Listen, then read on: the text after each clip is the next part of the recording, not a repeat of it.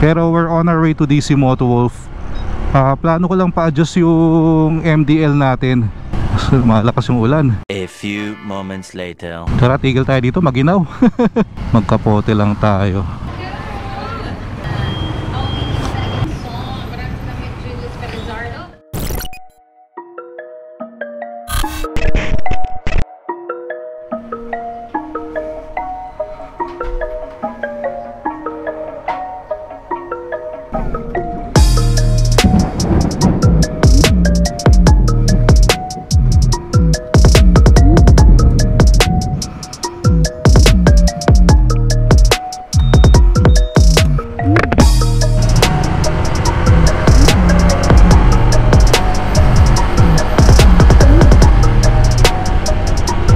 Hey, welcome to Newbie Rides.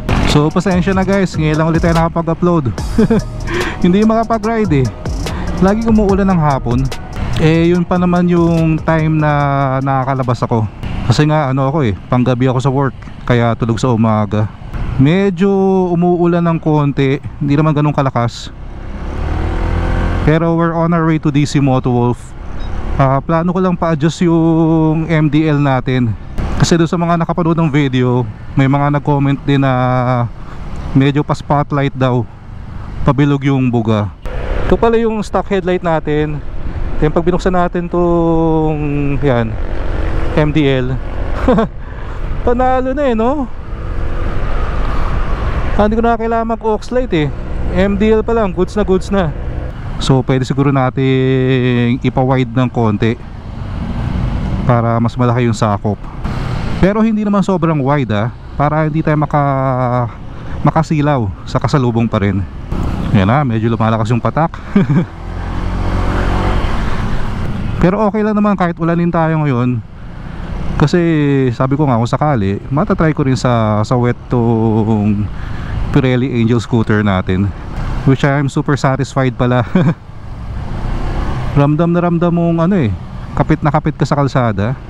Doon kasi sa stock tires, I'm sure makaka-relate yung ibang ADV owner. May mga times na parang may sensation na nakalutang ka. Siguro sa design ng gulong. Kaya hindi naman madulas Pero dito kasi sa Pirelli Angel scooter, ramdam mong planted ka talaga sa kalsada.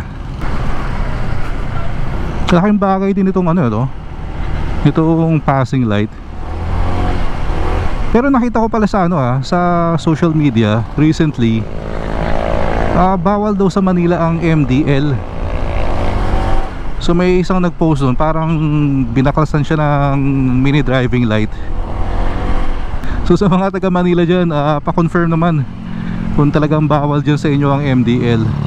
Or I'm thinking baka naman yung nag-post may rapid horn or nakakonect sa busina yung MDL kaya hinuli. So hindi rin natin alam. Dun sa stock, takot akong dumaan sa mga puting linya kasi nga madulas.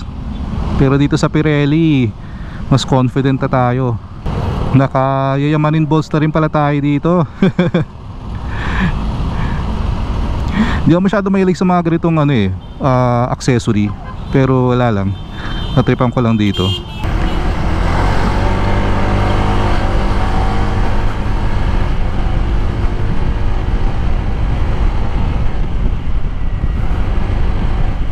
Wala, panalo talaga tong Pirelli.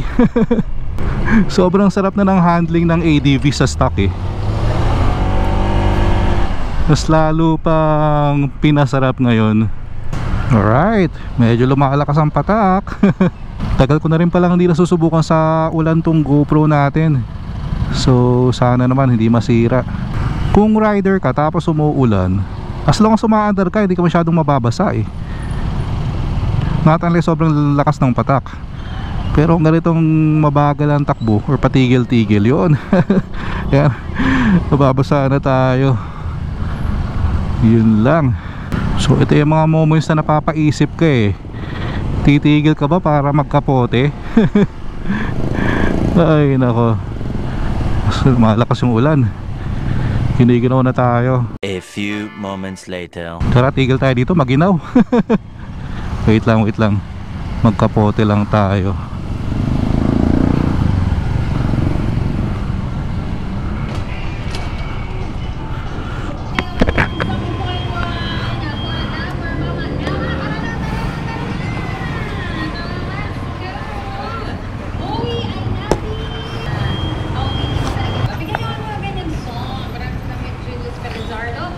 Alright, so itong ating kapote Revit, kitang kita ka dito no?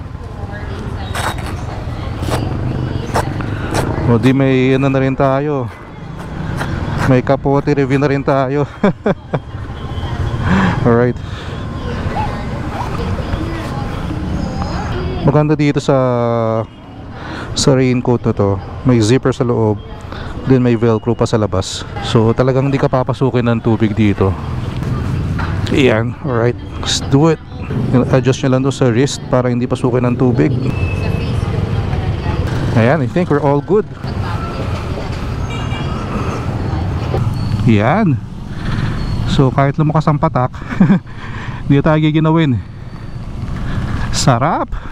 Yung nga lang, yung pantalon natin mababasa pala. Actually basa na. Mahalaga yung upper body nyo pag umuulan, na mapanatili yung warm. Tsaka pag bibili rin pala kayo ng kapote, make sure yung kunin nyo yung ano, yung high visibility. Kaya para tong suot ko, di ba? Kasi usually pag umuulan or pag lumakas yung ulan, affected rin yung ano yung visibility ng ibang drivers. Para to make sure na kitang-kita pa rin kayo at all times. Punasan natin yung GoPro. Baka wala na kayo napapanood. Wala nga, lakas ng patak. Yun lang. Hindi ko in-expect na lalakas ng ganito Pero so far so good Kahit basa yung kalsada, dinadaan natin sa mga ito, sa mga may pintura, solid pa rin yung feels nitong Pirelli Angel Scooter. Ang hindi lang solid yung brief natin, basa na. First time din pala ni ADV maulanan Actually naulanan na to dati, kaso nakapark lang. Pero ngayon umaandar.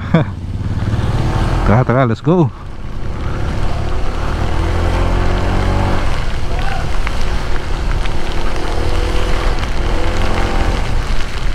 Nako, yung mga baha-baha, yan ang ayoko ita sa ADV sa ganyan.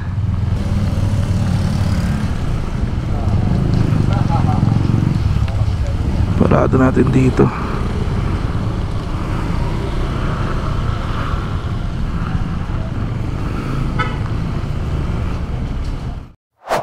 Alright, so tapos nang i-align. So ito yung low, medyo mas malapad na. Then high. Nice. Salamat Cap. Thank you. Alright, so check lang natin yung mga ginagawa dito sa DC Moto Wolf. To ADV 160, dalawang puti. Nice. So guys, kung naka ADV kayo, taga South kayo, ito yung place to go. Kung ano man kailangan nyo, makikita nyo dito.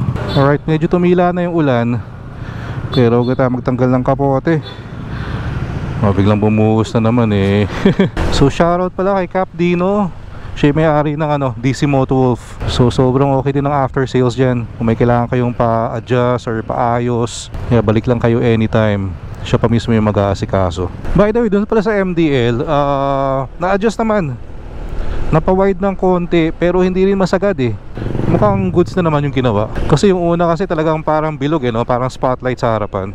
And dun sa nagsasabi na baka makasilaw na to ng kasalubong, inalign din to. Bali mababa siya dun sa buga ng headlight, kaya sure tayo na hindi to makakasilaw ng kasalubong. And baka bukas pala magpa first PMS na rin tayo, kahit nasa 318 kilometers pa lang. Yung unang PMS ito dapat kasi 500. Wala dalawang buwan na sa atin si ADV, mababa pa rin talaga yung milyahe. Gusto ko sanang gumamit ng mga aftermarket na oil, kaso wala talaga akong makita nung recommended na specs ng manual, yung 10W30 na MB. Kaya baka mag Honda muna tayo na fully synthetic. Although nakikita ko naman sa mga groups, may iba kasing gumagamit ng 10W40 or yung 5W40. Kung ganung specs kasi marami na yun, sa Motul, sa Liquimoly, parang lahat ng brands meron na. Kaso nga since first PMS, gusto ko munang sundan yung talagang specs na para sa ADV. So, sa mga naka ADV 160 dyan, pa-comment down below naman kung anong oil ang gamit nyo. and kung kamusta yung performance.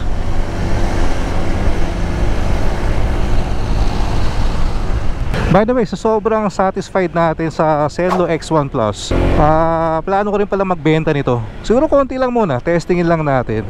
Kaya if you guys are interested to get one, syempre competitive yung price natin, lowest in the market. PM nyo ako sa sa Facebook page ko para makapag-reserve ako sa inyo ng ng set. Yung Zenlo X1 Plus pala, yung low noon puti, yung high dilaw. Pero yung high pwede nyo gawing combined na puti tsaka dilaw, parang yung sa akin. So again, ulitin ko lang guys, kung interesado kayo magkabit ng Zenlo X1 Plus na mini driving light, PM nyo ako sa Facebook page natin. And limited quantity lang yun kaya una-unahan na lang to. Sobrang natutuwa ako sa gulong natin dito sa Pirelli. Kung naka-stock tires tayo ngayon, tapos medyo ganitong basang-basa yung kalsada, na medyo kabado siguro tayo. Pero ngayon mas confident tayo.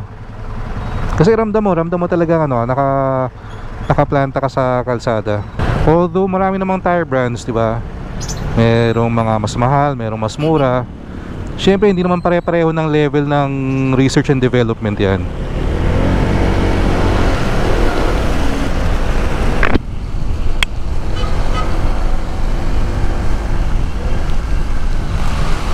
Alright. And by the way, if you're not yet subscribed, please click the subscribe button below. We're very close to hitting 5,000 subscribers. So be part of the first 5,000 members, kapamilya ng Newbie Rides. Alright.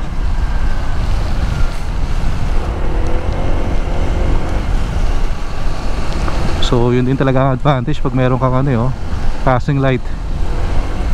Parang mas madali mag-communicate sa ibang motorista. So dito muna natin patuloy yung video. Maraming salamat sa mga nag-join sa atin today. Kita-kits tayo sa next one. Ingat kayo lahat palagi. Always ride safe. Peace out.